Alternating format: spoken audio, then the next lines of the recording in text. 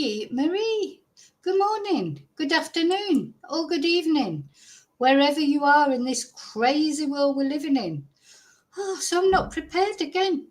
Hang on, let me put my camera on. So sorry I'm a little bit late. I've had quite a few Spanish classes this morning, and in my little head, I had it in my head. I had set this live stream for 12:30, and no, I hadn't. I'd set it for 12:15, so I'm not really late. In fact, I'm early if you think of it as 12:30. Oh dear me, me and numbers, we don't get on at all. Too many things going on. I try and do too many things all at once. My fault. So how are you all? I hope you're all well. Are you ready for this? Now, the good news is that during last night or this morning, whichever way you look at it, closing arguments, the prosecution rested, or they finished their closing arguments, and the defence has started. So we are coming to the end of this trial finally, and we're relieved, I think, and I expect Ian is relieved, and Simon, and everybody, and maybe even Erin. Though, wonder if Erin is relieved, because is she coming closer to a guilty verdict? She must be worried. And it could go either way. At the end of the day, it all depends what the jurors think, doesn't it? We've got to hear the defence, or part of the defence closing arguments we'll hear this morning. He'll finish off tomorrow. Then the judge has got to give his instructions, etc. So we're still a week to go. The judge has said that he will do his instructions to the jury at the beginning of next week. So, they'll have Friday off, won't they, or whatever. So we've got another, it's not going to be finished this week, put it that way. So here we go. Have you got your Pinocchios ready? I think the prosecution closing arguments have been very persuasive. But of course, Mr. Mandy, the defence solicitor, he is going to refute all that. So at the end of the day, what will the jury think? Now then, so first of all, I want to say thank you. Let me say my thank yous. Thank you for watching. Thank you for being with me from the beginning of this. I mean, this is about the 33rd day. It feels like the 250th day of this trial, doesn't it? We're fed up about talking about mushrooms. We're fed up about, listening to data. We just want a verdict, don't we? And but you know what? It's very. I mean, this, you forget, it is a triple murder trial, an attempted murder. They don't get much more serious than this, do they? To kill 3 people and try to kill another. If Erin is found guilty, it's so serious, isn't it? And of course, as always, the people that count are the victims. We must always think about them. Don and Gail and Heather and Ian, who survived, but we've seen he's traumatized by the loss of his wife and what he's been through. So there's a candle for the 3 victims, a candle for all of them. And, our thoughts are with them. That is, sometimes this case, I think because this case is so bizarre, sometimes we lose a bit of touch with the gravity of this. It is so grave, isn't it? But, just so bizarre. I've never known a case like it. So thank you for caring about these people. Thank you for watching this with me. Thank you for subscribing. Thank you for liking and sharing the videos. If you're not subscribed, please consider subscribing so you don't miss any updates, because there's a few more to come yet, isn't there? A special thank you, as always, to my members. A special thank you to people who PayPal me, buy me Ko-fis. Those of you who've bought merchandise on my Ko-fi page, if you want to look for like mugs and things, Vicky Marie Chats merchandise, it's on my Ko-fi page. What else? Yeah, thank you to people who've sent me emails. Oh gosh, yeah, I've not replied to my emails today. I just haven't had a chance, but I will get round to them. So if you sent me an email, I will get round to it. It's just come to me. It's been, every day's one of them days, in a good way. Thank you to those of you who leave positive comments. Just any interaction that's positive on my channel. Thank you so much. Now I'm going to get rid of the banner. I can see there's quite a lot of you in here. So, hi, lovely lurkers. Just let me have a little drink of coffee. I feel like drinking coffee today. I don't know why. Yeah, thank you, lurkers, fellow lurkers. Well, I've been doing quite a bit of lurking lately. I'm going to talk about that on the members this Thursday. God, just YouTube and TikTok. They're crazy worlds, aren't they, really? I hope I'm a little bit of sanity in the middle of all this craziness on YouTube, I hope so, anyway. Hi to Replay Crew. Thank you for watching. And now I'm going to come and say hello to all of you who are brave enough to come into the chat. Let's have a look.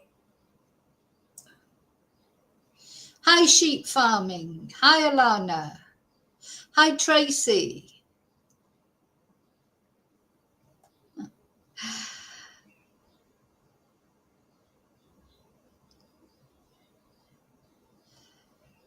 What happened to you? Hello.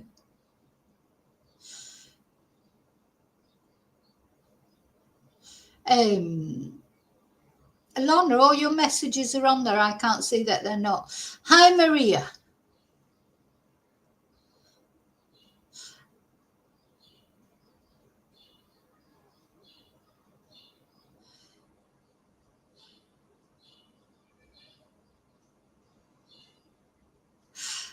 I can see all your comments, Alana. In fact, your comment is here. Is that the comment you're talking about? Anyway, all your comments are there. I say all your comments there. I don't know if any's disappeared, but I think that one was there. Anyway, never mind. I don't think, although YouTube do sometimes remove comments, but not normally just someone saying hello. So very strange. Hi, David.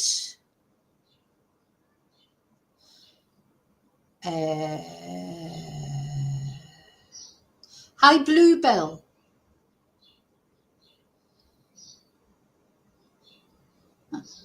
Hi, Lily Pauly. Oh, technical issues. Don't ask me because my technical issues are always a pain. Hi, Excel. Yeah, there's a lot of you there, a lot of hellos. Yeah, you seen everything okay now? Hi, Sandra. Yeah, David, I was cleaning out the dehydrator, yeah. Funny. Yeah, no, I'm late because I just got the times mixed up. I thought it was starting at past. You should be able to see the comments on stage now. Hope you can see them okay. Hi, Daniel. Happy Tuesday to you. Gosh, you're all having a chat. Hi, Pam. Yeah, we're all noticing mushrooms now, aren't we? Where we didn't notice them before.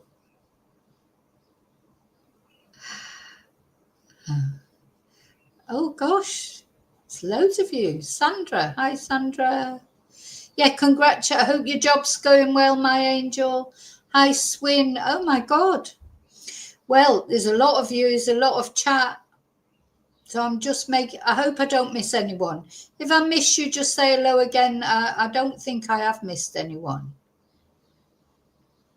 My lipstick. Don't even know where it is. I don't know. It's not, I don't know if it's I don't know where it is. Somebody gave me this lipstick. Yeah, I've had it years.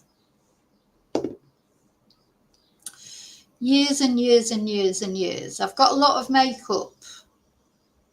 Hi, Dry Spell.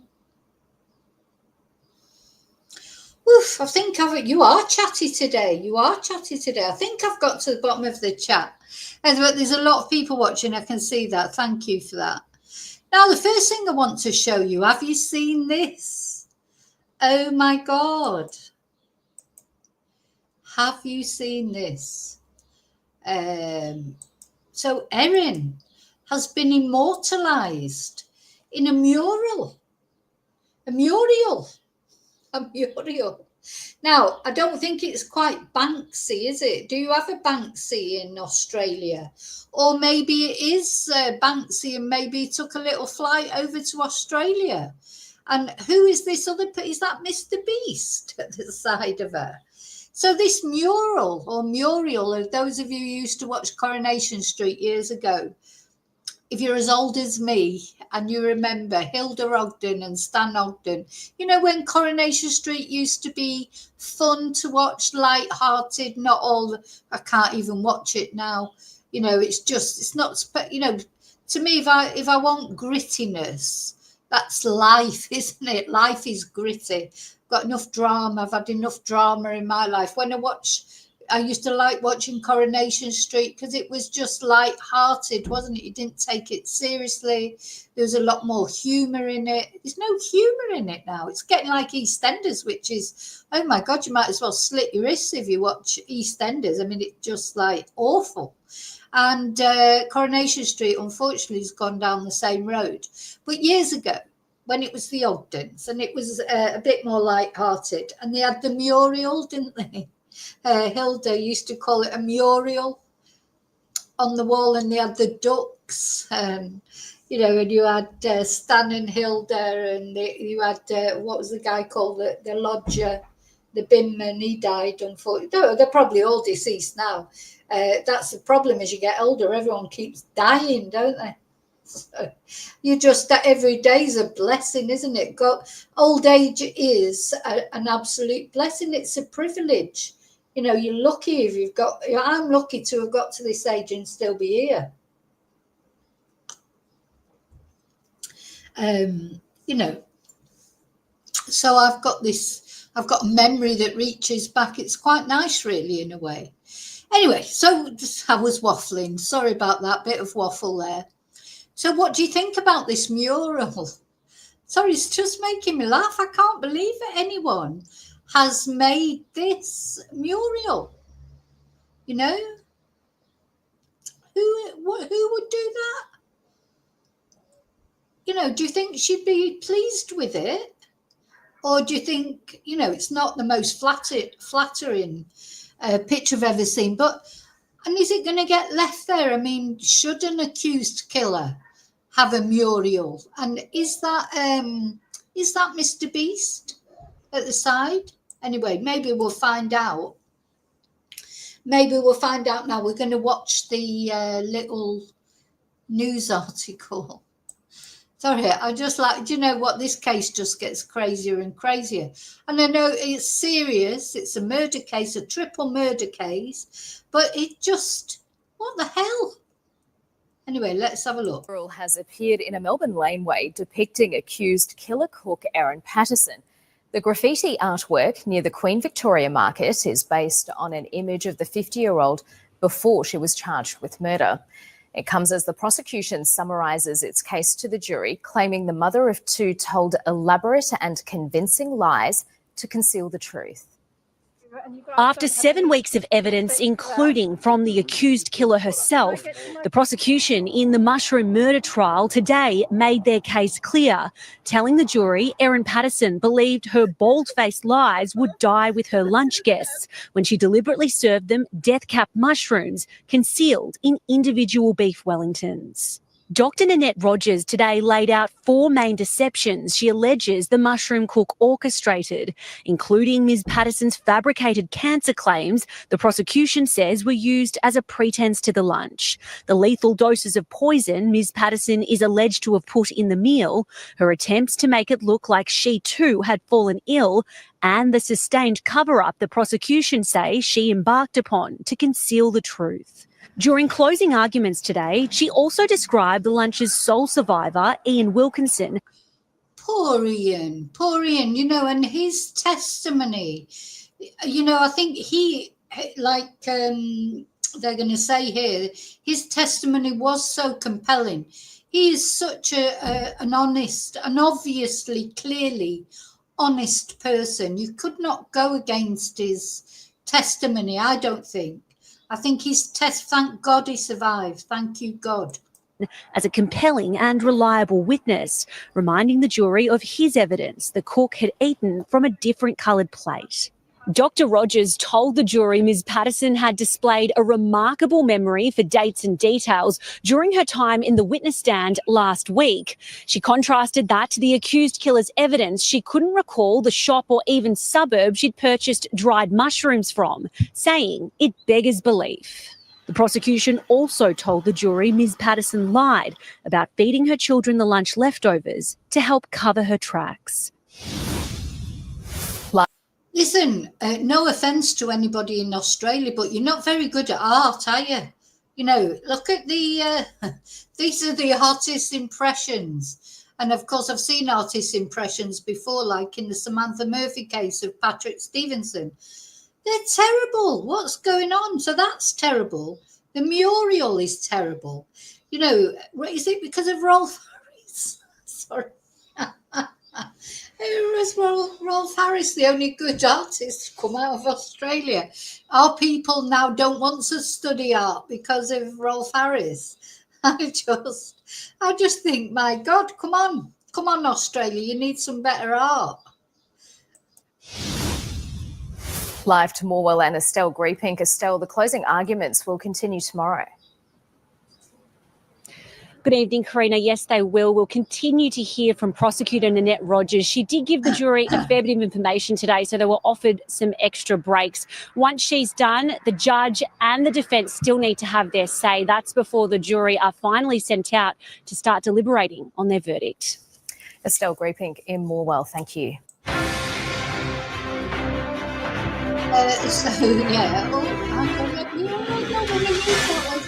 Before it goes. So let's just go back to the mural. A mural has appeared in a Melbourne laneway depicting accused killer cook Erin Patterson. The graffiti... Yeah. And I'll tell you what, if I was Mr Beast, is he Australian? He's not Australian, is he, Mr Beast? Why? I would be a bit annoyed if I was Mr Beast to have an accused triple murderer and possibly soon a convicted triple murderer next to my mural. I wouldn't be very happy. Who the hell has decided to do that? Just seems strange, doesn't it? You know, very strange. But yeah, come back, Rolf Harris, all is forgiven. Sorry, it's a joke. Sorry, I don't mean to be facetious, but Joe, this case is just, you know, whatever. Okay.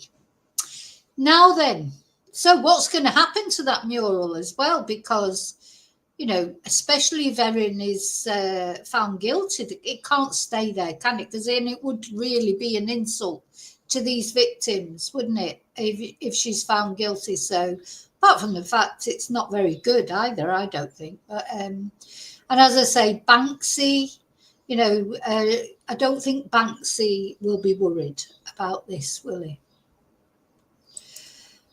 Okay, so let's get on with it. So what we're going to go through today is what happened today as far as the closing arguments were concerned. So we're going to pick up from where we left off from when Nanette Rogers, the prosecutor, she was giving her closing arguments, and she does finish in this session. And then Mr. Mandy, Mr. Colin Mandy, he starts up. So let's just have a look. We like to have a look at the people, don't we? So this is the prosecuting lawyer. She's the one who starts off talking. Then we will be hearing from Mr. Mandy, the defence, won't we? And yeah, let's get on with it. So we're going back to, so just to remind you, there are no cameras allowed in the courtroom. we're dependent on what the media that are there and that are allowed to watch by either in the courtroom or by video link. We're dependent on them because they're not allowed to, show any videos or photos or anything like that. But they're allowed to report back on what happened. So we've been following this ABC Australia coverage, haven't we? And we're going to carry on. We started with them and I think we'll carry on with them. So yeah, Crown prosecutor Nanette Rogers began summing up her case to the jury yesterday. She's scheduled to resume her closing address today, and the defence, led by Colin Mandy, will have its turn afterwards. So there she is again, Nanette Rogers, Dr. Nanette Rogers. So the hearings resumed and Crown Prosecutor Nanette Rogers is on her feet to finish the closing address to the jury. She picks up where she left off yesterday, outlining the alleged fourth substantial deception that Erin Patterson engaged in after the lunch, the cover-up. Dr. Rogers recaps to the jury they've heard and seen evidence of Miss Patterson dumping her food dehydrator at the local tip on the Wednesday after the lunch. She says the only explanation for dumping it was that Miss Patterson wanted to hide the evidence of a dehydrator that she had deliberately used to dehydrate death cap mushrooms used in the meal. Now, she hasn't minced her words, has she, Dr. Rogers? She has accused Erin of lying. Well, we know that Erin lied. She's lied many times that she's admitted to, but now she says she's not lying now. So she says the defence may argue it was part of a wild panic, but she says the jury should disregard that and disregard Miss Patterson's evidence that her estranged husband had confronted her about the dehydrator on the Tuesday. If there was nothing incriminating about the dehydrator, why hide it? Exactly, Dr. Rogers asked. She knew that keeping it would be far too risky. So this is the point. Erin said she dumped the dehydrator because Simon had challenged her. Her estranged husband, Simon. Let's have a look at him because we haven't looked at him yet today. So Erin's reason that she gave for dumping the dehydrator was it was all Simon's fault because Simon accused her, said, "Is that what you used to kill my parents?" So when he said that, according to Erin, she then panicked and dumped the dehydrator, but Simon denies saying it. So it's who do we believe? Do we believe the serial liar, Erin Patterson, or do we believe her estranged husband who lost his parents and his auntie? That's the question the jury have got to answer, of course. So yeah, why did she throw it away? Why didn't she just say, I didn't do, why didn't she just hand over that dehydrator immediately to the police? So Dr. Rogers tells the jury that if it were not for careful police scrutiny of Miss Patterson's bank records, it may never have been known that the dehydrator existed. Because don't forget, she told the police initially she didn't have a dehydrator. She had never had a dehydrator. But of course, then it turned out she had. And also she had boasted about it a bit on her Facebook. But she probably thought the police would never link that up. So Erin Patterson certainly wasn't telling anyone about it, Dr. Rogers says, recounting to the jury that the accused told police she did not own a dehydrator a week after the lunch. She tells the jury it was incriminating conduct for Miss Patterson to race out to the tip and dump the dehydrator in a bid to try and make it disappear. So I think there you go. There's one lie that we think she told. So, you know what happens when I'm going to find my siren because there's going to be a lot of times to use the siren. as usual. Don't forget to use your Pinocchios. I hope I can keep up with people coming in. There's a lot of chat going on. I hope, which is great. But please don't be hurt if I miss you coming in. That's all. Because it's a lot to keep up with sometimes. So, there you go. Dr. Rogers then turns to the issue of the phone Miss Patterson gave to police when they came to her house a week after the lunch. The phone, these are the big things, aren't they? The phone, the plates, the dehydrator. Oh, to me, there's so much evidence mounted up around Erin that can't be explained away. One of these, the dehydrator, that might be true, that Simon had said that and she panicked, but put that with all the other things, the disappearing phone, the, foraging for mushrooms, the pretending she was ill, lying about having it's when you put everything together, isn't it? So the prosecution has asserted that a phone referred to in the trial as phone A was Miss Patterson's usual phone, but the phone she gave to police was another one, referred to as phone B. And they've never found that phone, even to this day. When police asked the accused to hand over her phone during the search warrant, they expected to receive her usual mobile phone, Dr. Rogers says. She says phone records support the prosecution's claim that phone A was the usual phone, and that while police were searching Miss Patterson's house, the accused swapped out the SIM card. When police asked the accused to hand over her phone during the search warrant, they expected to receive her usual mobile phone. Dr. Rogers says.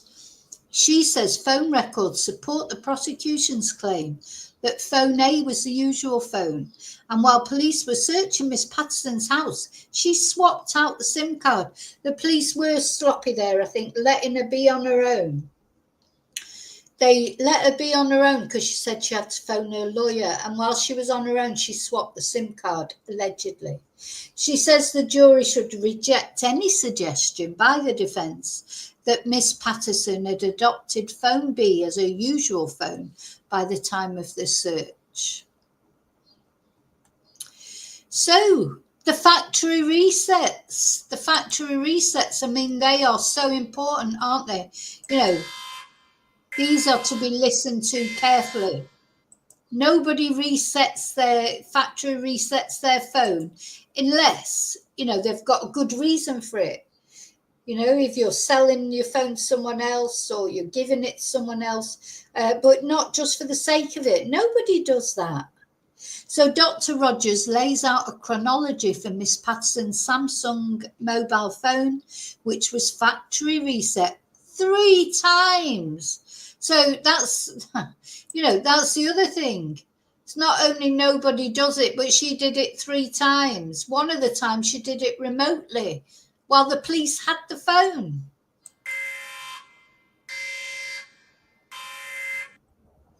Three times. So, August the 2nd, Dr. Rogers says this reset occurred the day after Miss Patterson left hospital and around 20 minutes before she dumped the dehydrator at the Coomwarra tip. August the 5th, this reset occurred while police were searching Erin Patterson's phone. Dr. Rogers says expert evidence shows the reset was done physically by someone holding the phone, suggesting it must have occurred at 1:20 p.m.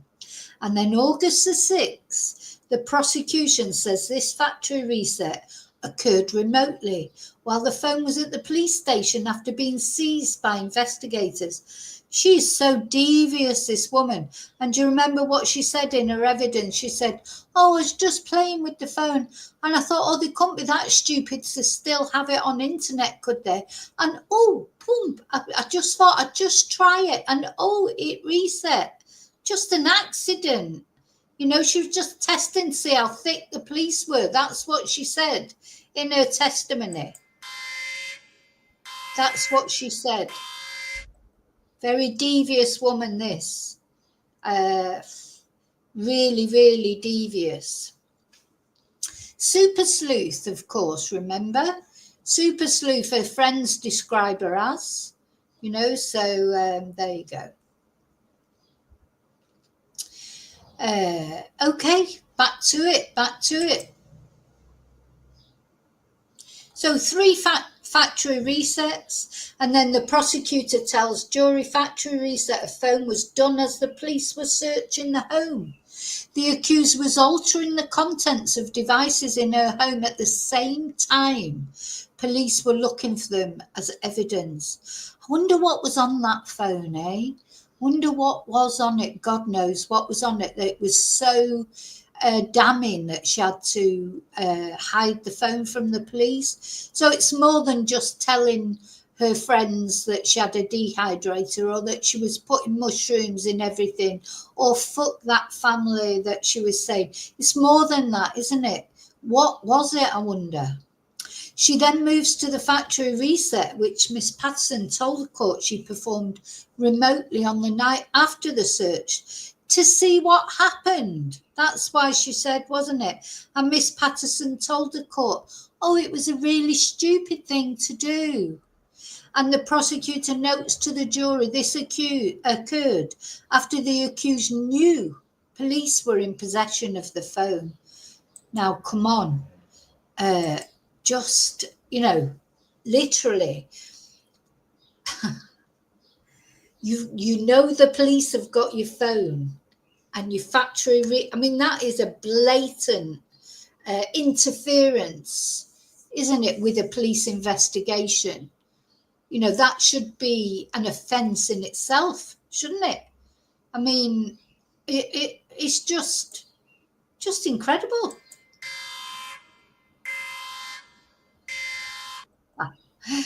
Oh gosh, it'll get more. There'll be more. There's always more with Erin. You know, just when you think you've got to the end of her lies, there's a little bit more, isn't there? So, yeah, so she knew the police had a phone and she factory reset it remotely. I think that also shows that Erin, all this, oh, I don't know, oh, I'm not sure about that. Oh, I don't know if that's true. She knows everything. I wouldn't know how to factory reset my phone remotely like that. You know, she knew how to do it. She is sort of, in some ways, she's really clever.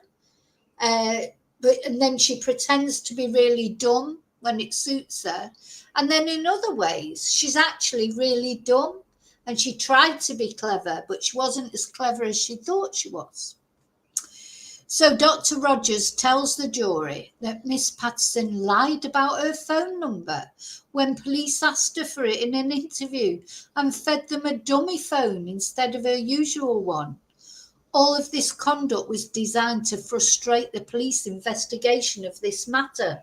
It was all done so the police would never see the contents of the accused's real mobile phone. The only reasonable explanation for engaging in all this deceptive conduct is that she knew the information on phone A, her usual mobile phone, would implicate her in the deliberate poisoning of the lunch guests. And this is another example of incriminating conduct. So she then tells jurors, it's possible the defence will suggest there should have been more computer evidence in the prosecution's case. The fact is, investigators were not able to check the accused's main device, the one she held in her hand every day, because we say of what she deliberately did, Dr. Rogers says. She urges them to be wary of any argument from the defence along these lines, explaining that she's including this in her address because there's no right of reply speech for the prosecution after the defence completes its closing address. We have one go at the cherry, or whatever the phrase is. Yeah, so the way it works is she's giving her closing arguments, and then the defence get the last word, always. So when, after Mr Mandy makes his closing arguments, Dr Rogers can't come back then and query any of it or question it. That is it. So, yeah, That's why she's trying to say to the jury, in sort of almost in anticipation of what Mr. Mandy's going to say. Then she says she pivots to the issue of whether or not Erin Patterson deliberately foraged death cap mushrooms to include in the meal. She notes the evidence Miss Patterson gave about foraging for mushrooms since the COVID lockdowns. Despite more than 4,000 pages of messages being extracted by the police, Dr. Rogers says there was not one single message about picking or eating wild mushrooms. Erin, she was not a forager. She was not a mushroomer. The only time she went out to forage was to get those death cap mushrooms. Police did not find a single book about foraging mushrooms in the accused bookshelves, Dr. Rogers says. The accused never discussed foraging for mushrooms with her online friends, even though they talked about absolutely everything. Dr. Rogers tells the jury that Miss Patterson had denied foraging for mushrooms to several people, including the police in the days after the lunch.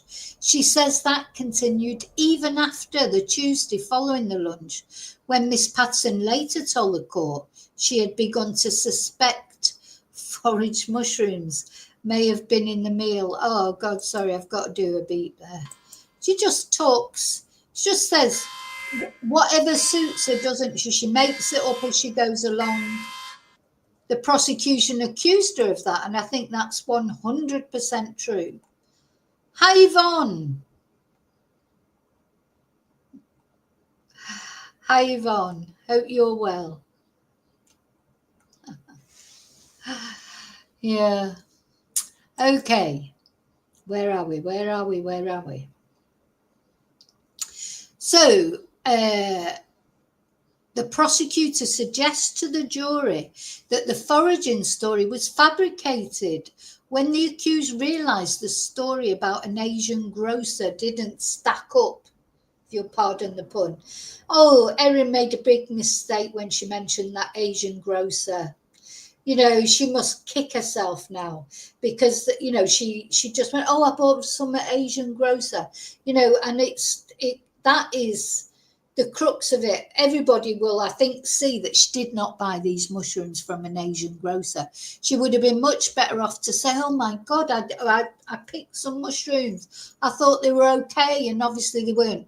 That would have been her best defense, because I think if she would have said that from the beginning, the prosecution would be more hard pushed to realize, to prove that she meant to kill them.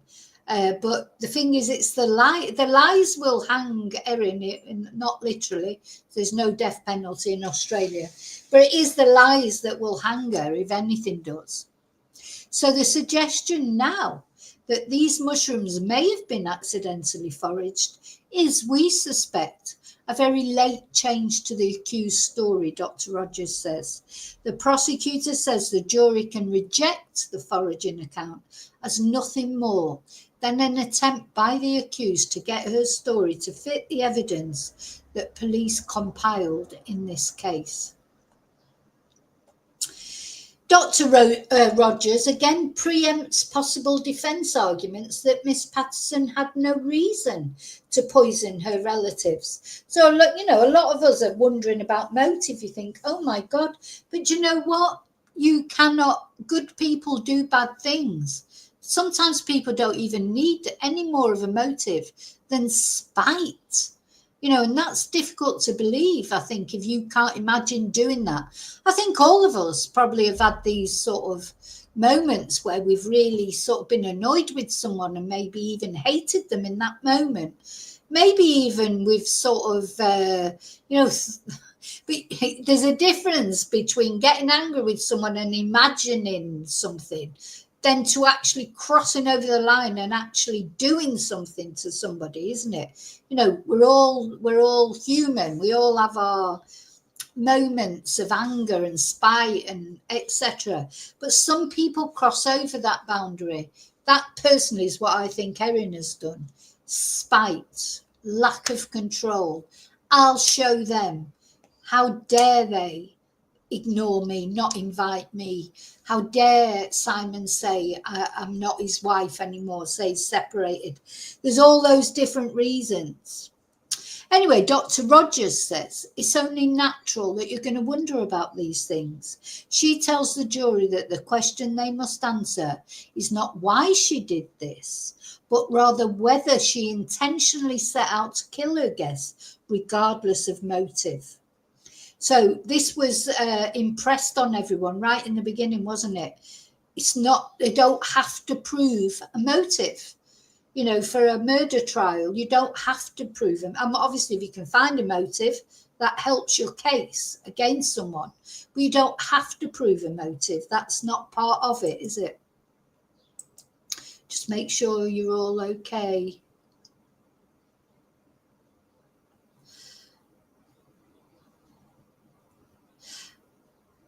Everybody okay? I think you're all okay.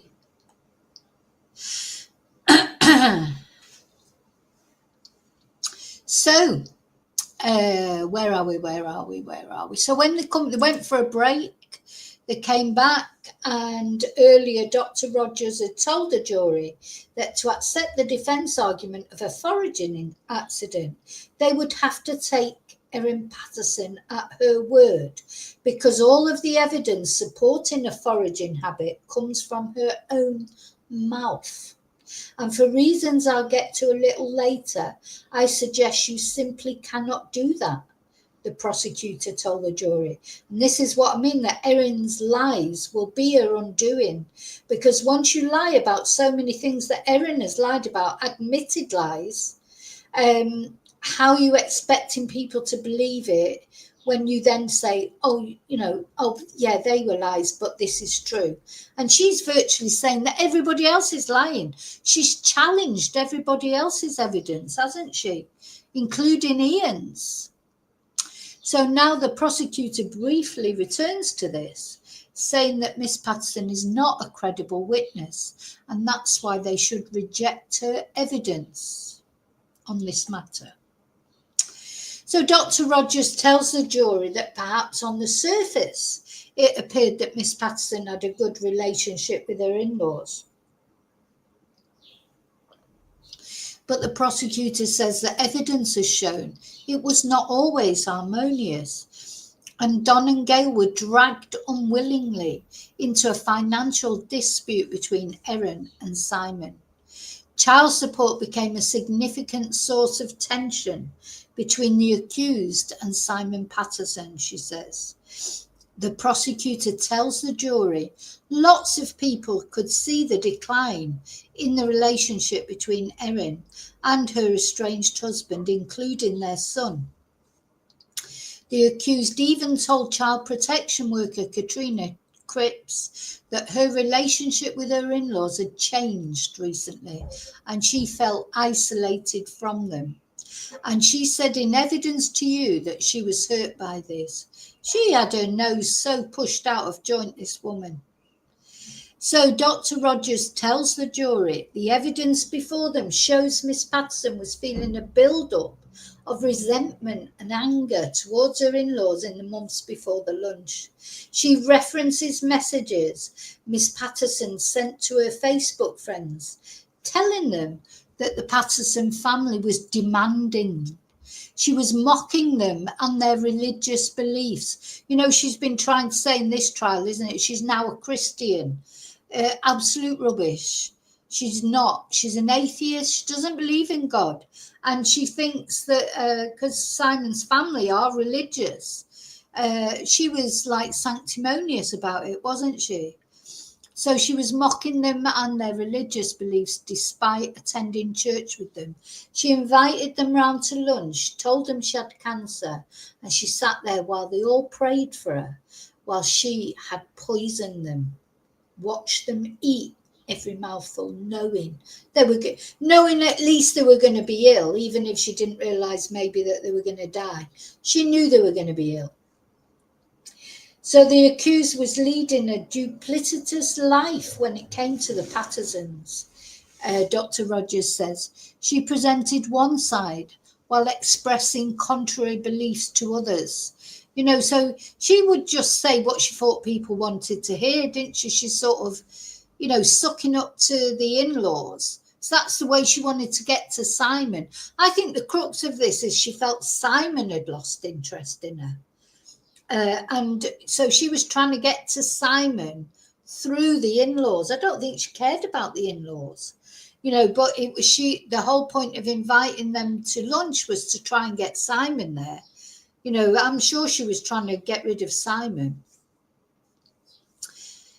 She also notes the messages sent to Facebook friends where Miss Patterson said, "Fuck 'em," while expressing frustration about her in-laws. Just going to look for something to see if I can show it. Won't be one sec.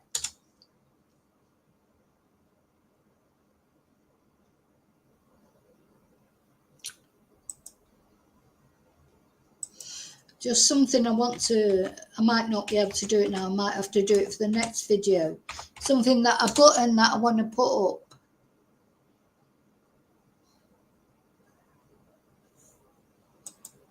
Now, I may not, oh, hang on, I might be able to.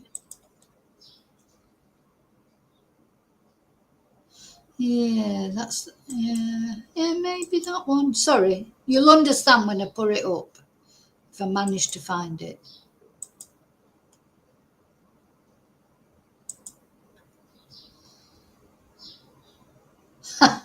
Right, I think I might have found it.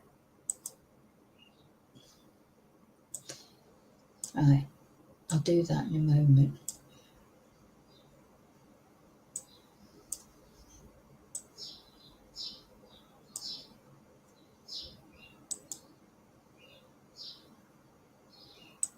Okay, right, I'm downloading that.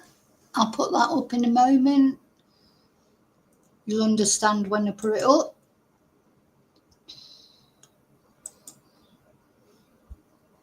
Okay, so right, let's go back to this.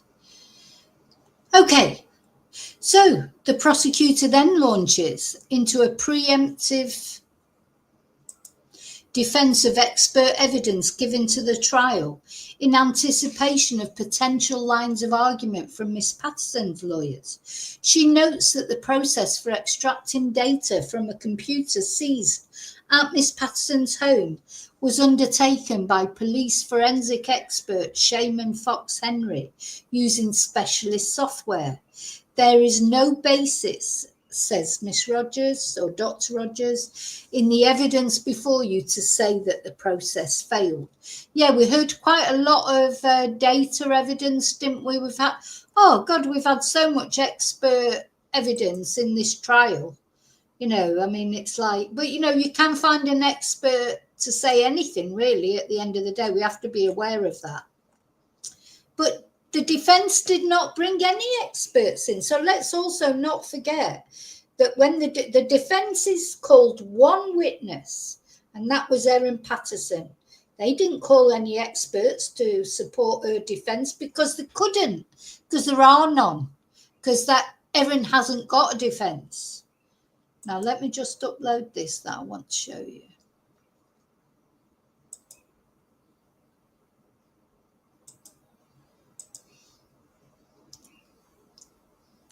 Yeah, I've got a new little button that I can press when she tells a lie, when she gets caught out in a lie.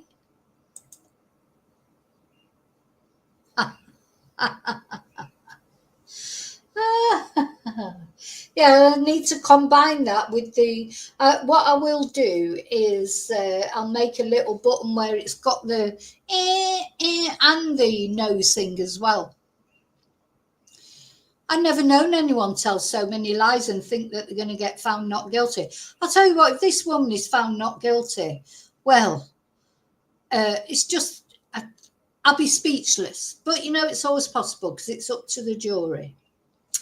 So Dr. Rogers then shifts focus to the innocent explanations she anticipates may be put forward by Erin Patterson's lawyers to explain her conduct in the days after the lunch.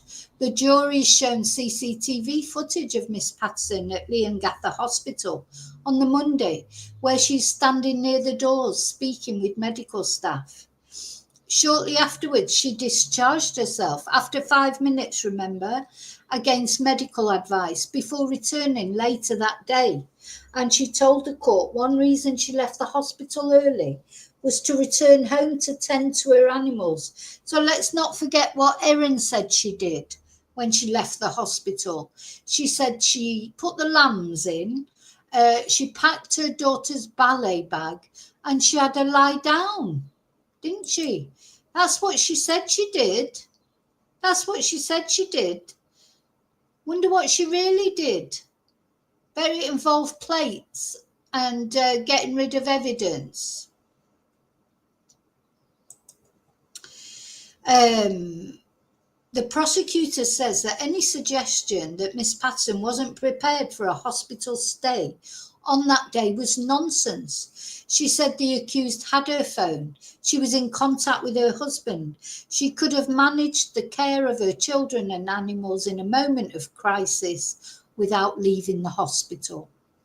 And Dr. Rogers questions Miss Patterson's evidence that she had lost trust in the medical system over the years, pointing to frequent engagement with medical services in the period leading up to the lunch. Yeah, she said she didn't have confidence in hospitals. She was always up the hospital, or she was always thinking she had a brain tumour or cancer or this, that or the other. She's Munchausen's, most definitely. How many illnesses did she think she had? And then when she actually might have had a serious illness, like might have actually died, she just discharged herself. Do you know, it just doesn't make sense, does it? And you know, if it doesn't make sense, it's not true, is it? It's not true if it doesn't make sense. So yeah, this hypochondriac, Erin, was told that she might have to have a liver transplant. She might die. And she discharged herself. She was going to the doctors if she had like a cough. She was at the bloody doctors up the hospital. So Dr. Rogers then addresses the anticipated defence argument that Erin Patterson's actions after the lunch were the result of innocent panic. Panic does not explain the extensive and prolonged efforts that the accused went to cover up what she'd done. Now, they definitely were a result of panic, but it wasn't innocent panic, was it? It was panic, it was guilty panic. It does not explain why the accused chose to persist with lies, even when the lives of the lunch guests were at stake, and even her own life and her children's lives. She notes these lies were told to people she had no reason to lie to, including her Facebook friend Jenny Hay. Why would she lie to this friend who lived interstate? Jenny Hay was not involved in any police investigation, Dr. Rogers says. Dr. Rogers puts to the jury that if they had innocently made a mistake that had led to illness in loved family members, they would do everything they could to share information, regardless of the blame that might come their way. If your children had come within cooey, that's an expression, obviously. If your children had come within cooey of the same meal, you would move mountains to get them to hospital. Of course you would. She tells the jury that if you'd been exposed to deadly death cap mushrooms, you would gladly receive all of the medical treatment you could get your hands on. She says doctors had already made a provisional diagnosis of death cap mushroom poisoning when Miss Patterson arrived at Leongatha Hospital on the Monday after the lunch.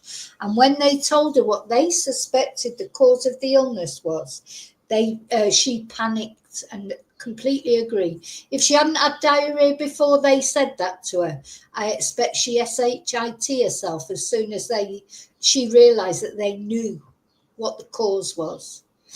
So not because she had suddenly realised she'd made a grave foraging mistake. She panicked because they were already onto it, 100%. Dr. Rogers dismisses Erin's account of changing and factory resetting her phone due to it becoming damaged. Oh, you had forgotten about this. Miss Patterson said her son had dropped the phone in mud during a school camp, and that's what made her reset it on August the 3rd following the lunch. How convenient, Dr. Rogers says wryly.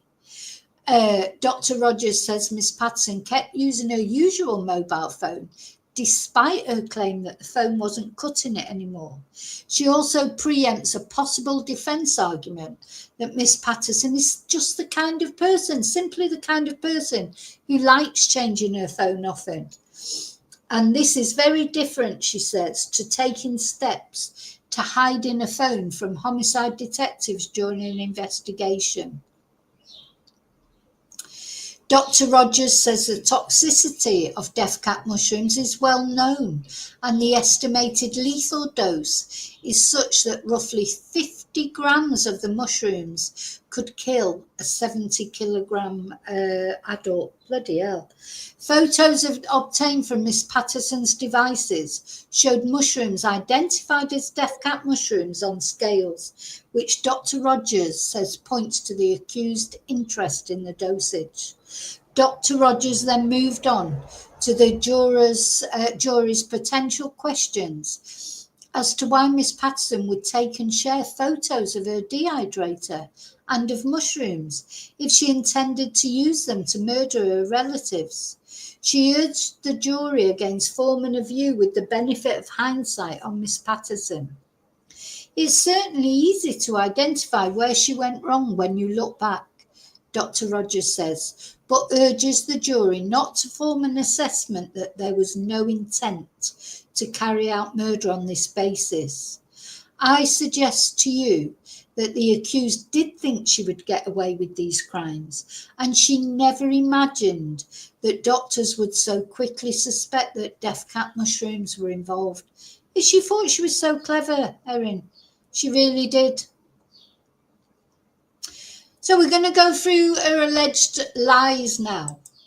So I just want to make sure you're all okay in chat, because I haven't been to chat for a while.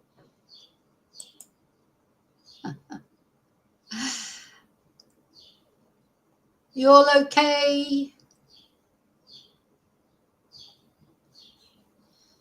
Hi, Lily Paulie. I don't know if I said hello to you or not. I hope I've said hello to everyone. I may have missed. Look, I can't go back through all that chat, I'm afraid.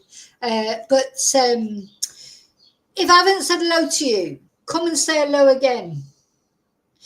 Okay, so we're going to go through a summary of the lies now. So we're going to see the Pinocchio a few times. Get your Pinocchio buttons at the ready, because we're going to, Miss Rogers or Dr. Rogers then begins listing a number of lies, both admitted and alleged. So, yeah, she does admit quite a lot of lies, but she's telling the truth now. That the prosecution says that Erin Patterson had told. We say that the accused has told numerous lies in this case, to witnesses in this case, and to you and the jury.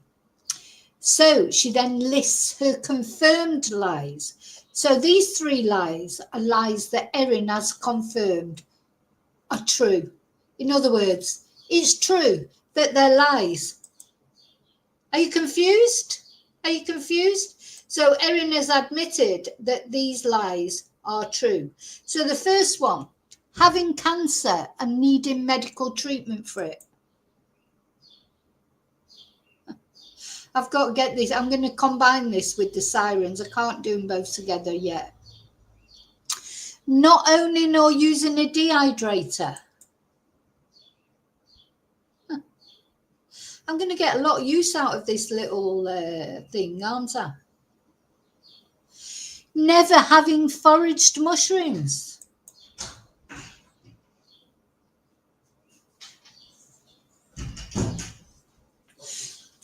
So these are the lies that she's actually admitted to.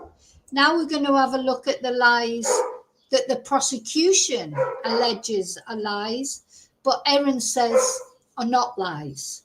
Are you confused?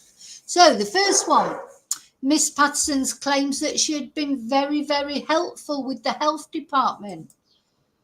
So the prosecution say that's a lie. I feel like Jeremy Kyle now with the lie detectors. The lie detectors says it's a lie. Did you used to watch Jeremy Kyle?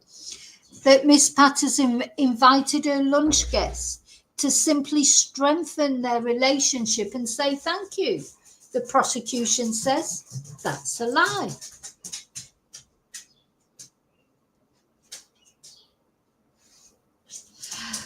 I think I might use the siren on the next one. Miss Patterson's testimony that she never told her guests that she'd been diagnosed with cancer. So remember, Erin has said she didn't tell them that. Ian is mistaken. I'll stick with this for this one, but I'm going to combine it with the sirens. For the next one, I'm sure there'll be more lies. And her testimony that she was planning to undergo gastric bypass surgery. And that, of course, that changed again, didn't it? She said she was planning to have gastric bypass. That then changed to liposuction when it turned out that the hospital she was supposed to be going to didn't even do gastric bypass. I mean, it's exhausting, all these lies, isn't it? Really, it's exhausting. Okay, what's next? So, Dr. Rogers says that perhaps the starkest lie was evidence from the accused that she had planned to undergo gastric bypass surgery a few months after the lunch. The defence will argue this was not a lie. They will say that she did have an appointment with the Enrich Clinic to discuss weight loss options. But this is not what she said to you in her evidence. The prosecutor recaps that after it was made clear in court that gastric bypass surgery was not offered at that clinic, the accused told the court she must have been mistaken and had also been considering liposuction at the time. There's no way that the accused earlier evidence can be twisted to fit that new claim, Dr. Rogers tells the jury.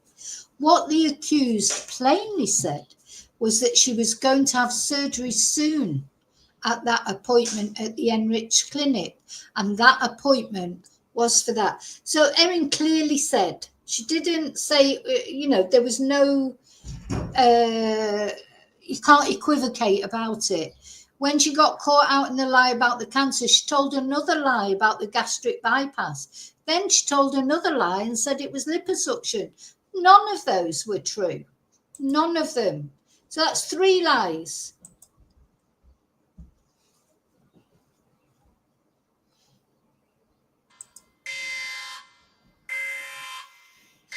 Three lies, just like that. God, you could, she would have been great on Jeremy Kyle. He would have had a field day with her, wouldn't he, with the lie detector. So after a brief break, the hearing resumes and prosecutor Nanette Rogers tells the jury that the accused has told too many lies to be accepted as a truthful witness. She says significant parts of the defence case rest on evidence solely attributable to Miss Patterson, and these include the following. The accused evidence she had a history of binge eating and purging. Now, I don't even know that I believe that. I mean, it's true, it's terrible. Eating disorders are serious, and if she's got an eating disorder, that's very sad. But the problem is you can't believe what Erin says, can you, because of all the other lies. Then she's saying about this, remember she said she ate the 3 portions of cake and then made herself sick because she was trying to think of a way of why her symptoms wouldn't be as bad as the others. She took Imodium to treat the diarrhea. She made an emergency highway stop due to diarrhea the day after the lunch. So don't forget, she said even though her son said she didn't make any stops to go to the toilet the next day. She said she got out the car and did a poo in the woods because she just couldn't wait any longer. And then she did stop at a service station, 9 seconds, where she said she just went to clean up a bit and dispose of the poo that she'd done in the woods, as if you would even pick it up. If you did a poo in the bush, how would you, especially if it was diarrhea? I mean, I'm sorry, I hope nobody's just about to have their lunch. But let's think about this sensibly. Remember this, if it doesn't make sense, it's not true. If you got caught short and you had, because you had an upset tummy and you had to go to the toilet in the bush, you're not going to try and pick it up then, are you? Especially if it's diarrhea. What? You know, that's what she says though. So when she stopped for 9 seconds at the service station, she was just tidying herself up a little bit and throwing away, you know, disposing of what she'd done. 9 seconds for, well, it'd take more than 9 seconds for a start, but it just wouldn't happen. So there again is 4 lies. Even when you reject the accused evidence about these matters, you simply put it to one side. 4 more lies. Let's have 4 spaceship alarms.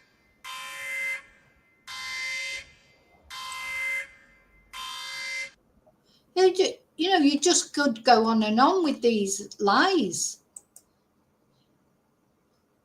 No, I need about 20 different buttons to press for lies for Erin, don't I? Right, just coming in to make sure you're all okay. I think you're all okay. Okay, where do we go from here? So where are we? So, Dr. Rogers tells the jurors they should not allow sympathy or bias to affect their assessment of the evidence in the case. You may not want to believe that anyone could be capable of doing what the accused has done. I think this is the biggest problem for most people. People don't realise that people do evil things, unfortunately. Most people don't do evil things. You know, I mean, that's it. We follow true crime and sometimes it gets a bit depressing because you think, oh God, everyone, they're all just twats out there doing all these horrible things. But they're not. They're not. Most people are not horrible. You know, but unfortunately some people are. And even nice people who appear to be nice people, they can do horrible things. You never know what's going on in someone's mind. So look at the evidence, says Dr. Rogers. Don't let your emotional reaction dictate your verdict one way or another. Erin Patterson told so many lies, it's hard to keep up with them. She's told lies upon lies because she knew the truth would implicate her. She submits to the jury that a 5th deception was played on them during the trial when the accused spun a carefully constructed narrative in a bid to fit the evidence. But she says, absorbing the totality of evidence from the prosecution, the jury should have no problem in accepting the charges of murder and attempted murder. And this closes her address. So what do you think? Let me know what you think in chat. Do you think she's done enough? Do you think she's done enough to prove Erin is guilty? Do you think that she's done enough for the jury? Let me know in chat or in your comments if you're watching later on. So now we're going to hear from Mr. Mandy. So let's just remember who's at the centre of all this, of course. Erin. This is Erin. You know, I just can't stop thinking about that mural, how bad it is. This is Ian, the only survivor. What else? This is Mr. Mandy, who's just about to give his summing up. And this is Dr. Rogers, who's just finished. Oh, and let's not forget, of course. Oh, God. Let's not forget. Oh, where's he gone? Let's not forget Justice Beale, who's listening to it all. Oh dear, sorry. Let me just recover.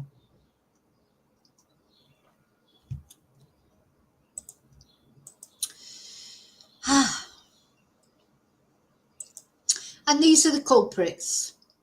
The death cap mushrooms. Here again, the victims. Just so that we keep the characters in mind. And the accused. So we're ready now to go to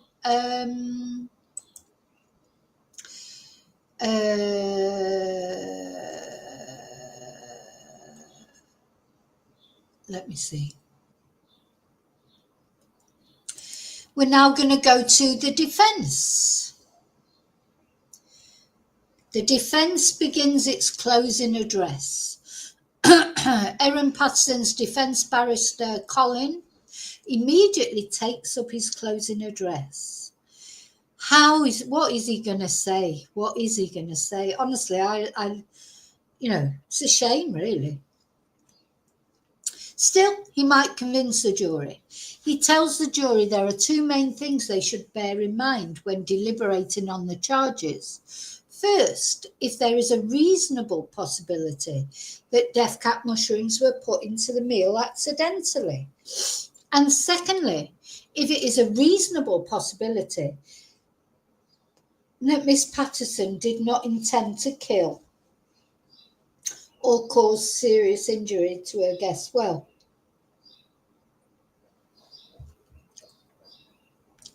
personally, I think definitely she intended to cause injury. Whether she intended to kill, don't know, but serious injury, 100%. And he says if they're satisfied of these things, he says they must find her not guilty under the law. He tells the jury the prosecution has been cherry-picking evidence that bolstered their case. Well, that's, of course, that's what you're just about to do. This is what Colin's just about to do, of course. Cherry-pick the evidence that bolsters his case. That's what lawyers do, while discarding inconvenient truths. Well, to me, to Colin, sorry, Colin, but this is a pointless thing to say, because that is what either the prosecution or the defence do. You're about to do this now. So he then spends some time speaking to the jury about the nature of human memory and its fallibility. Listen, there's nothing wrong with Erin's memory. He says different emphasis might be placed on things depending on the context and what was important. People have imperfect and honestly mistaken memories, and that is true. Recollections may vary. That's what our Queen said, the British Queen, didn't she? Over this Meghan and Harry and all that debacle. She said recollections may vary, and recollections do vary. But there are some facts that are undeniable. And of course, don't forget that Erin, when Dr. Rogers, cleverly, I think, said that day wrongly, Erin was straight there, wasn't she? Oh no, that was a Friday. She remembered a date, what day it was from 2 years earlier.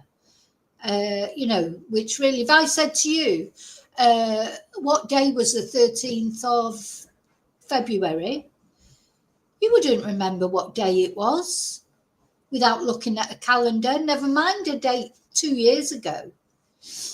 You may have an experience of telling a story to a group of people, he says, and someone is there and says, oh no, that didn't happen.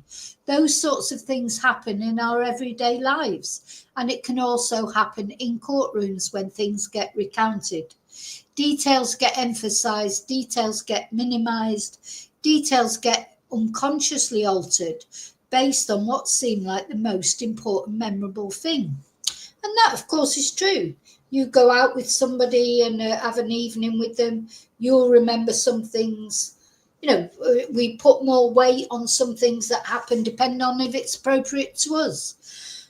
But I think as far as the grey plates are concerned, the different size plates, the orange plate, those kind of things, I don't think things change like that.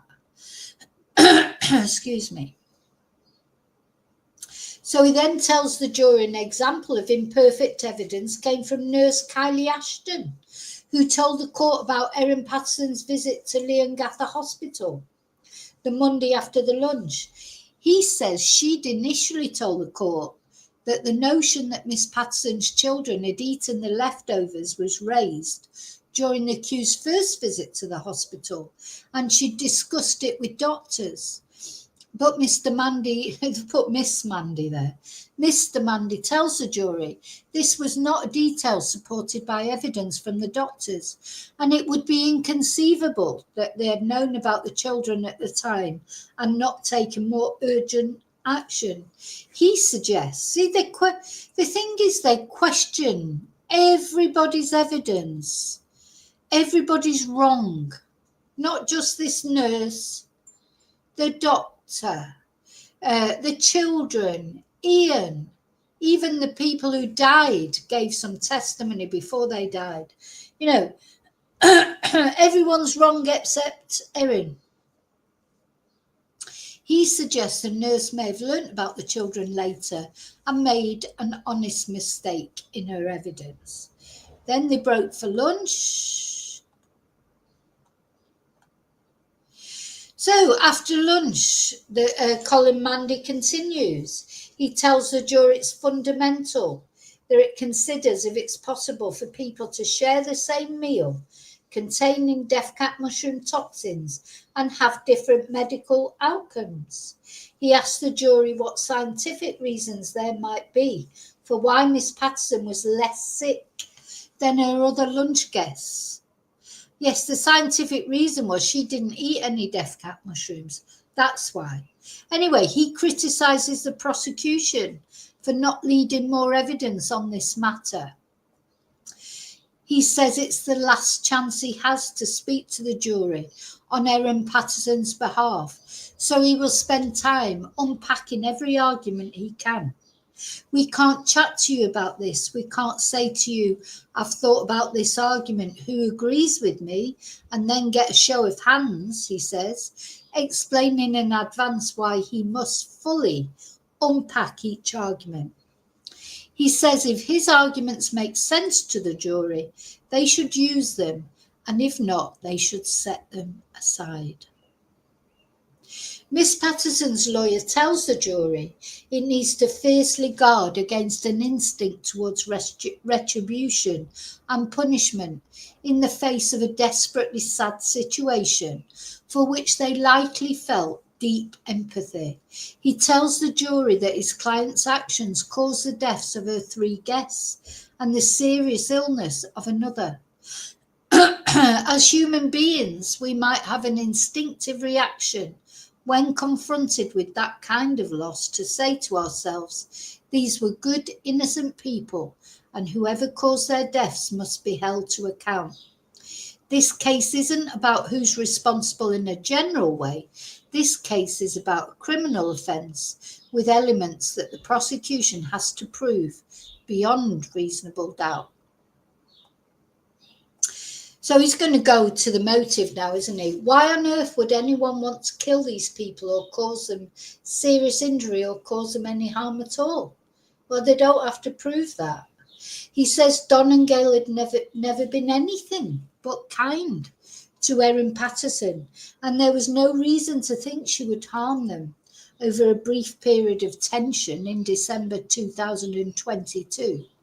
Listen, people have killed over, not being able to watch what they want on the telly, or, people kill over all sorts of things, I think.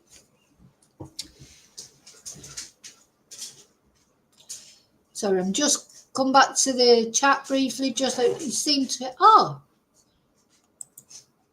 thank you, Joanne. Let's Yeah, that's another reason why I wanted to come back to chat, just make sure I don't miss anything like that, because I do like to say thank you. Thank you so much. I do sometimes when I get into a tirade, or thank you for the super sticker, Joanne. Thank you so much.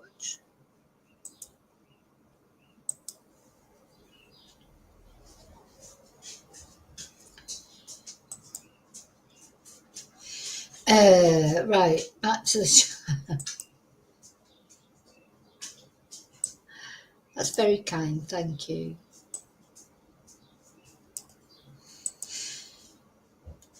Okay.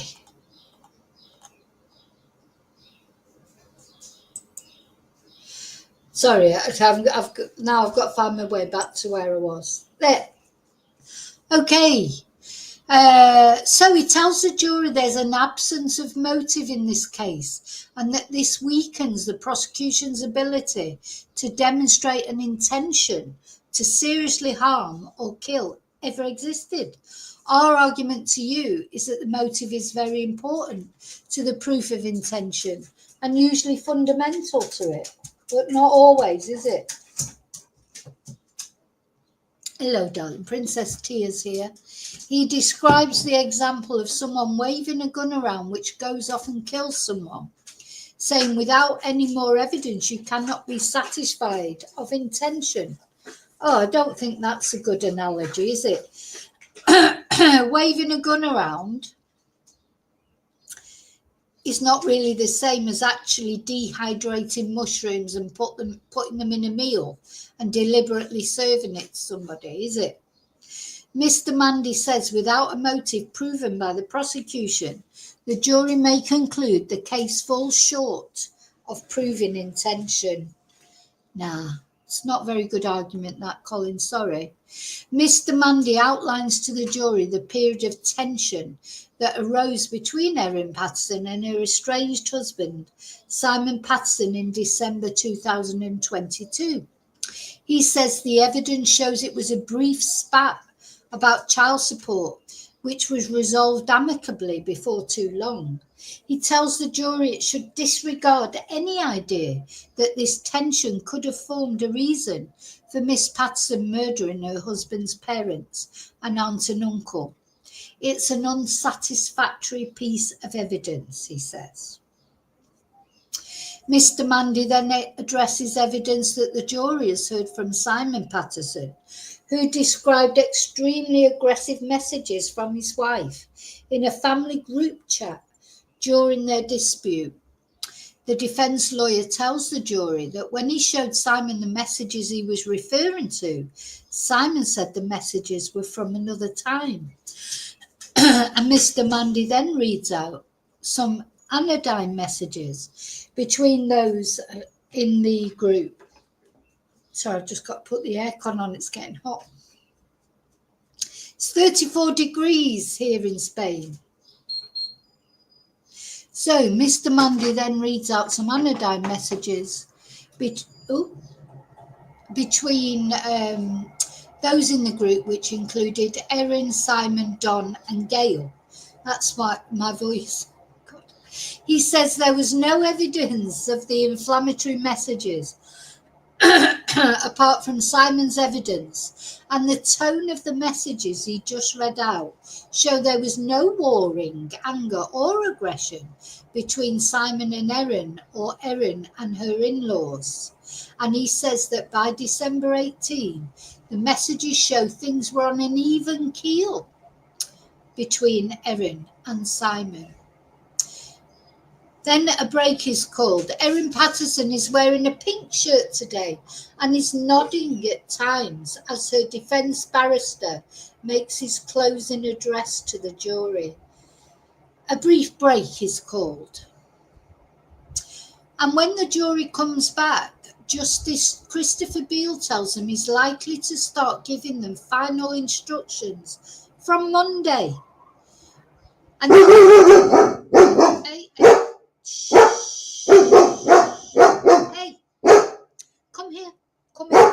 come here.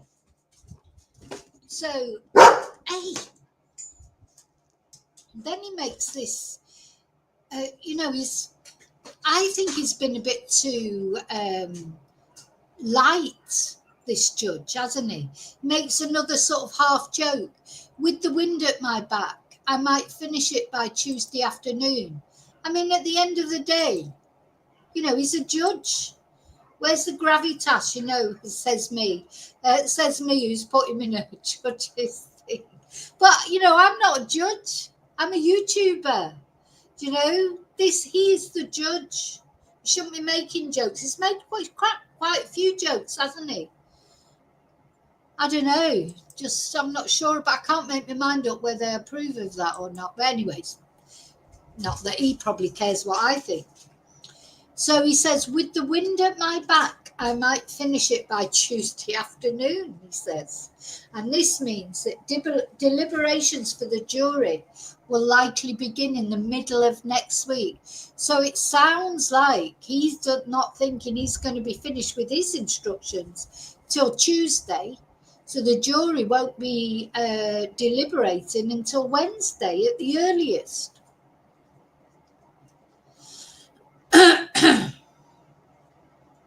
So then Mr. Mandy continues, he says that Erin Patterson had a motive to keep these people in her world so that they could keep supporting her and her children.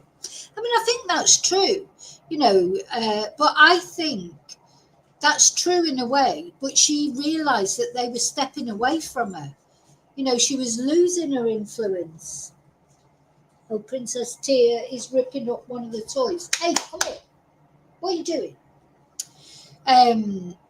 You know, it's true, but I think the whole reason behind it for me is because Erin thought she was losing that anyway. So she's like, oh, I'll show you. You think you're going to distance yourself from me? I'll show you. That's how it feels to me. So there's absolutely no doubt that Don and Gail had a great relationship with their grandchildren, and absolutely no doubt that Erin was devoted to her children.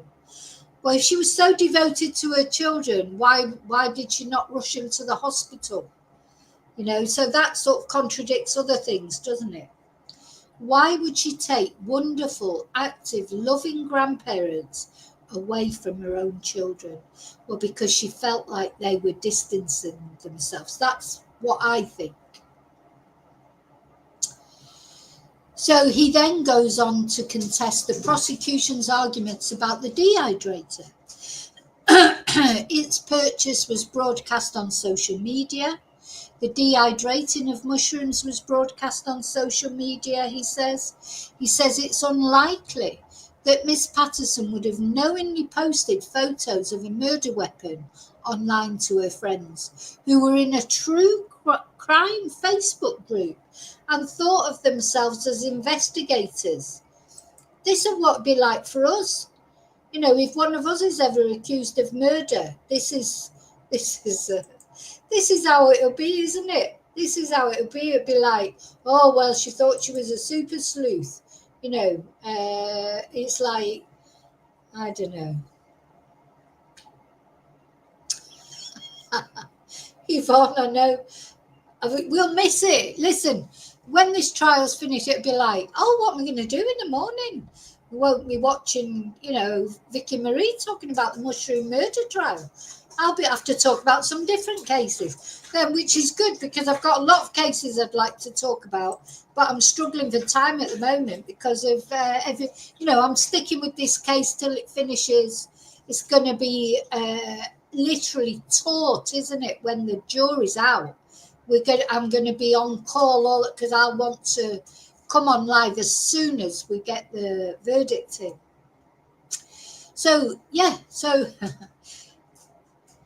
Miss Patterson and her friends were in a true crime Facebook group and thought of themselves as investigators. And don't forget, she was known as Super Sleuth. So Mr. Mandy also tells the jury that if murder was premeditated, she would have disposed of the dehydrator long before the actual lunch. Why? If you're planning a murder, what's the one thing you should really plan to dispose of? That's the murder weapon, Mr. Mandy says. But Erin did not think this was going to get caught out, did she? The defence argues that the blatant manner of its disposal, with Miss Patterson driving her own car to the tip, or who else's car was she going to drive to the tip? Huh? Who else's car was she going to drive to the tip? How else was she going to get rid of the dehydrator? And paying for disposal with her own bank card reflect what can only have been panic. Well, it was panic, but it wasn't innocent panic. It was guilty panic. Now, she didn't have time, did she, to think of anything else. She went up the hospital that morning. They told her that they thought it was death cap mushroom poisoning. She discharged herself after 5 minutes and then ran off, to try and rearrange all the evidence because she knew she'd been caught out. So she didn't have a choice. She didn't get rid of the dehydrator before, but she never thought she would be caught out. She thought she was too clever for all of it, in my opinion. So then Mr Mandy recaps the prosecution's theory of the individually parcelled beef Wellingtons, telling the jury that if the prosecution can't prove that a non-poisoned beef Wellington existed, then that theory fails. He says that the prosecution case requires that Miss Patterson ate all of her beef Wellington because otherwise leftovers without poison would have been found in her bin. Well, didn't she feed the leftovers from hers to her kids? Wasn't that the beef Wellington with no poison on it? Anyway. This is an example, if there were any leftovers, this is an example of creating a theory where no evidence exists to support it, Mr Mandy tells the jury. To continue the charade, the prosecution says what is in the bin adds up to one whole beef Wellington pasty. There is no evidence at all as to how big these beef Wellingtons were. And Mr Mandy tells the jury to watch out for the word clearly in the prosecution's argument when they asserted that the leftovers comprised 2/2 of a beef Wellington. He says it's speculation, not supported by evidence. He then focuses on another aspect of Erin's behaviour when she gave assistance to police who were looking for lunch leftovers. He says his client helped them without hesitation, and this must mean that she did not know at that time the leftovers were poisoned. This pedantic point about whether or not that was volunteering is nonsense. In our submission, he says, a guilty person, you would think, planning carefully, would have already thrown them out. Put them in a neighbour's bin or public bin. We don't know what she threw out or buried because we still don't know where the plates are. Instead of directing the police where to find the evidence that there were death cap mushrooms in the meal. But she's just being clever with that, isn't she? Because she's already said that the death cap mushrooms might have came from an Asian grocer. So she's thought about that. And she's thought, oh yeah, it was death cap mushrooms, but they've come from she was thinking on her feet, Erin, wasn't she? But where the plates are, that's a whole nobody's mentioned the plates. Oh, he hasn't. He won't mention the plates because he's cherry picking his evidence, of course, because he is the defence lawyer. He then tells the jury his client spoke to many people in the aftermath of the lunch and highlights that her cross-examination involved many specific questions about those conversations. He says it's very difficult to imagine a more intense surgical examination of someone's account for such a long period of time in the witness box. I mean, she did spend a long time in the witness box. She was 3 days, wasn't she? Where they've sworn to tell the truth. Now, I don't think we... oh, come on. We can't take Erin swearing to tell the truth as gospel, can we? We just can't. Erin's got a history of lying. She lies about everything. How are we going to... And she's an atheist. So she's sworn to tell the truth. It means nothing. where they're being scrutinised by people, you, who are going to be judging them, he says. He outlines that there were health department, child protection, medical and police investigations during the days after the lunch. Yeah, we've had evidence from them, damning evidence against Erin. He did not call any defence witness apart from Erin. So I think it's important to remember that. He didn't call any of these departments to give evidence in Erin's defence, because they wouldn't, because there is no defence. Yeah, health department, child protection, medical and police investigations. He didn't call anyone for the defence, only Erin. So our submission to you is it's very likely she was being consistent, giving the same account to those people, but those people had different emphasis in terms of the questions they were asking. He says the prosecution tried to pull apart his client's account, but it didn't unravel. Yes, it did. Of course it did. Oh, God, I think I must have been watching a different trial to what Mr. Mandy's been watching. He suggests to the jury that his client had conversations with more than 21 people over 24 hours at one point in the week after the lunch. And it was hard to remember, because you know what, Erin's got this touch of Alzheimer's or dementia or something, because she can't remember things that don't suit her to remember, but anything that suits her to remember, she remembers with laser beam accuracy. So the defence lawyer says the jury must be vigilant for misleading impressions that could have been created during questioning. Hearing wraps for the day a little bit earlier than usual. Well, thank God for that. So Mr. Mandy will continue delivering his closing address to the jury tomorrow. What are the updates? Yeah, we don't know. No. So there you go. That's where we are.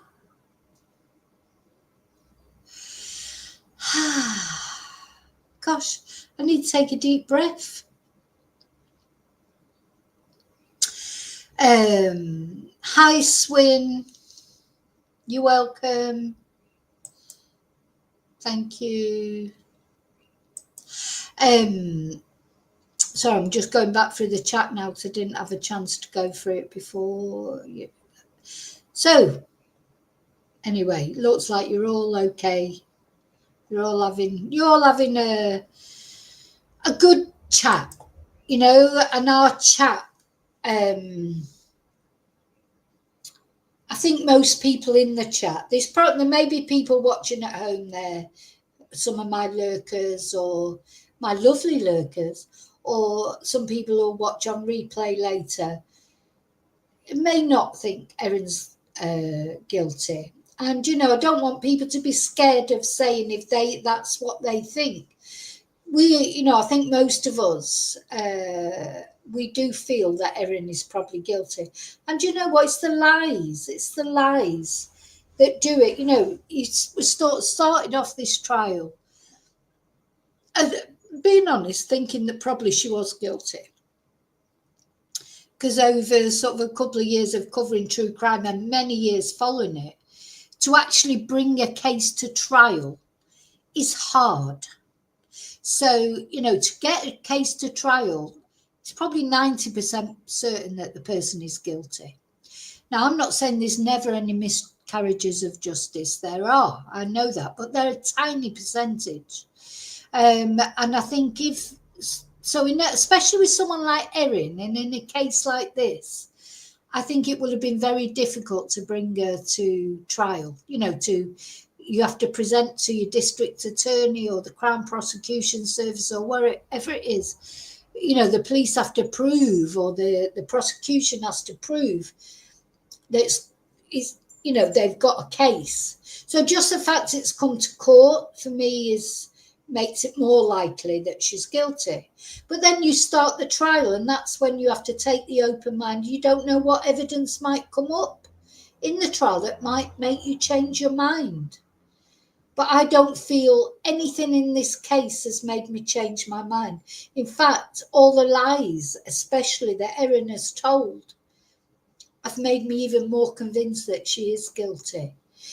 I feel that if Erin would have foraged, accidentally these mushrooms, that would be much more likely to have happened. But Erin's mistake, to me, her crucial mistake, was by saying that she bought those mushrooms in the Asian supermarket, because she's been on the back foot ever since then. Whereas, if Erin, and I think, as I say, if she would have thought, if she was as clever as she thought she was, she would have been better off saying from day one, oh my God, I foraged those mushrooms. Oh my God, don't tell me they're poisonous. That would have been, she's not so clever. She's not such a super sleuth, is she? She did not buy those mushrooms in an Asian supermarket, and she made a big mistake when she said she did, because that put her on the back foot with everything. And then the lie after lie, the lie about the cancer, all those things. It's Erin's lies that will undo her. And also it's her superiority, because, if that was me, I'd be thinking, oh, no one would believe that. Erin thinks everyone will believe her. She's superior than everybody else. She's super sleuth. Of course, everyone will believe her, because, the way she spoke to the prosecutor, spoke down to her, because she thinks she's cleverer than everybody else. She's supercilious. Yeah. Exactly. How did she not get sick when picking them? I mean, she can't. She was there in those areas. I think it's been proven. You notice Mr. Mandy, he's not brought any of the iNaturalist people to speak. Maybe he will tomorrow, I don't know. But he can't bring those mushroom experts in and say, oh, well, did you really put that on the iNaturalist website? Because they did. There's irrefutable evidence that Mr. Mandy can't touch. And he can't bring in the data people and say, oh, well, she wasn't actually in that area. She was in that area. So I think the other thing is the fact that the only witness the defense could call was Erin. When, really normally the accused is the last person that you would call. She was the only person. So I think that says a lot, to be honest. I'm exhausted now. I've got to go and have some lunch now. No mushrooms. I've got no mushrooms. I need to do some shopping, actually. I do need to do some shopping. Got nothing in. If I put a picture, in fact, I might go take a photo in a minute of my fridge. You won't believe it. It is empty. Zilch. I'm going to do that in a minute. I'm going to take a photo of my fridge. But I need to go and do some shopping. And then have a lie down in a dark room and a big glass of wine, I think. So I don't have to drive later. Once I've done the shopping, I'll be able to just chill. Yeah, lunch out, that'd be nice. Maybe I will, Tracy. Maybe I will. Nice Chinese, that'd be nice. I have got one class later, though. One class, so I can't really drink till after that. Oh, God, can you settle? Not. Okay, so thank you so much. So with more tomorrow more, mañana más. So we'll hear probably the end, maybe, of the defence closing arguments tomorrow. I certainly hope so. Yeah. Oh, Alana. Heather. I'm going to have a little waffle, so don't worry. We'll have a little waffle. Hi, Heather. On I don't know. I mean, I did mention it on the stream. Yeah, I woke up Sunday morning. See, this is why I've got nothing in the fridge. The whole week shopping went because, I mean, we didn't have a lot in anyway, to be honest. But then, yeah, number one son decided his friends needed to eat, bless him, at 4:30 in the morning or 5 o'clock in the morning when they came in from a night out and cooked up anything that we had left. So anyway, I'd better go and replenish it.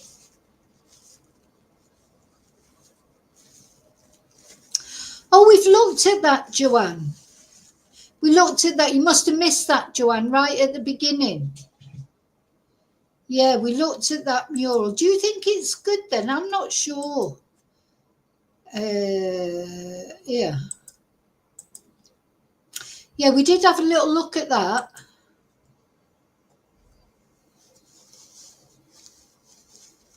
Do you think it's good? I mean, I don't know. I don't know about it. But I was saying, if I was Mr. Beast, who I think is the other person, I don't think I'd be happy having my mural next to an alleged triple murderer. Do you know what I mean? But anyway.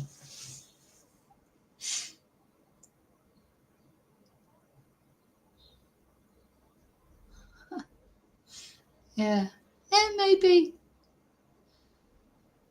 So is there an so you might know, Joanne.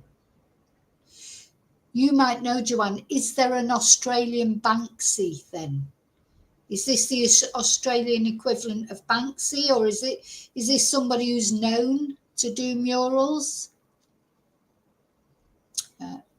Just seems strange to do one of an accused murderer. I mean, could you imagine? I mean, seriously, if we had, like the murder trials that go on, could you imagine someone putting a mural of Stefan Stearns up in Florida, or Brian Coburg?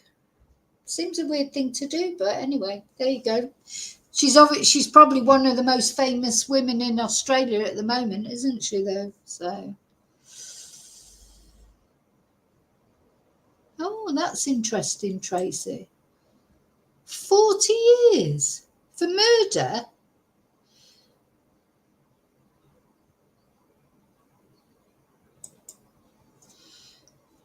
Let's have a look. I love Matthew Perry. He was always my favourite in Chandler. I mean, I love Friends, but Chandler was my favourite. There's nothing coming up. He's agreed to plead guilty. I don't think he'll get 40 years. Anyway, we'll see. I'll look it up. Oh, it's just been on the news, has it? Maybe it hasn't come up yet. Let's have a look. Maybe in Sky News.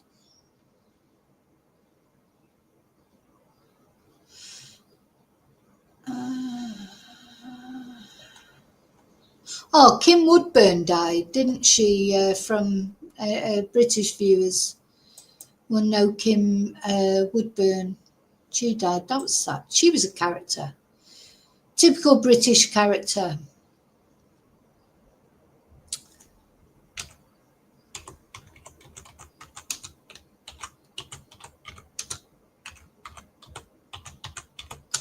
Is it murder?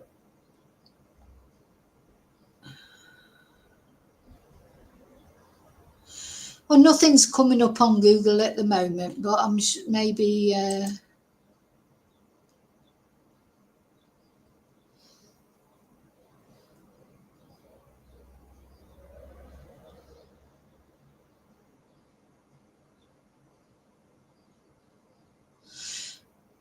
Yeah.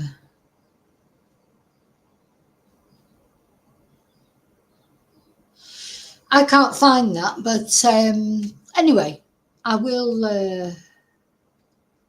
I know he supplied him with ketamine, but that's normally treated as manslaughter, isn't it, rather than murder? 40 years. I don't think that's right. But I don't know. I will look at it. Seems a lot. Which news thing was that, Tracy? Which was it? BBC, ITV, Al Jazeera? Wasn't Sky News, because there's nothing on Sky News yet. It might come up in a minute. So of course it's all about the war, isn't it? Israel and oh God, it's all bad news on the news, isn't it?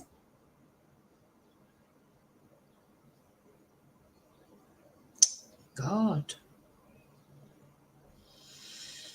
So there's this case on there of this poor woman that was murdered and decapitated by a partner in East Kilbride because he was on cocaine, alcohol and steroids. God.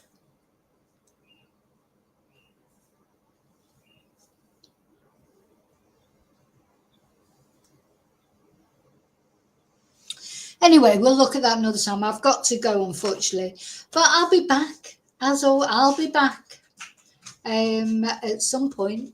Thank you for watching. Thank you. Of course, let's not forget who this is about, which are, of course, the victims. I'm going to put my virtual candle. For Don, Gail and Heather, and of course Ian, who is still with us, luckily been able to give some evidence. Light a candle for them, but that's who it's about, isn't it? Thank you so much for watching. Thank you, Joanne, for the super sticker. I'll see you really soon in the next video, and until then, as always, may your God go with you.